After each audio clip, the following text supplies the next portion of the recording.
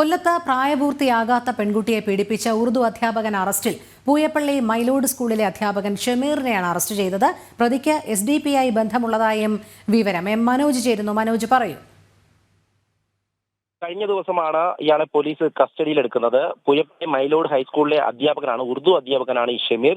ഈ കഴിഞ്ഞ കുറച്ച് ദിവസം മുമ്പ് തന്നെയാണ് ഇത്തരത്തിലുള്ളൊരു സംഭവം ഉണ്ടാകുന്നത്. അതായത് അവിടെയുള്ള കുട്ടിയെ തന്നെയാണ് ഇയാൾ കാറിൽ ട്യൂഷൻ പോകുന്ന സമയത്ത് കാറിൽ കൂട്ടിക്കൊണ്ടു പോകുന്നത്.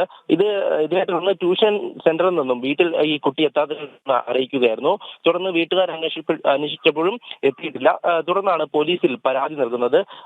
ഈ സംഭവത്തെ തുടർന്ന് അന്വേഷിച്ചപ്പോൾ, അതായത് ഇയാൾ കാറിൽ കുട്ടിയെ കൊണ്ടുപോകുന്നതായി വിവരം ലഭിച്ചു. Police car പിന്തുടർന്നിരുന്നു.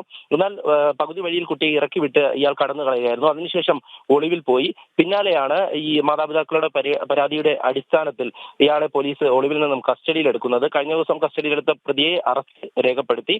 ഈ പ്രതിക്ക് SDPI ബന്ധമുള്ളതായും വിവരമുണ്ട്. ഇയാൾ സജീവമായി തന്നെ SDPIയുടെ അനുബന്ധ പ്രവർത്തനങ്ങളിൽ ഉണ്ടായിരുന്നു. അതിനുശേഷം ഇത്തരത്തിൽ സ്കൂളിലെ അധ്യാപകൻ കൂടെയാണ്. എന്തായാലും പ്രതിയെ കോടതിയിൽ ഹാജരാക്കിയിട്ടുണ്ട്.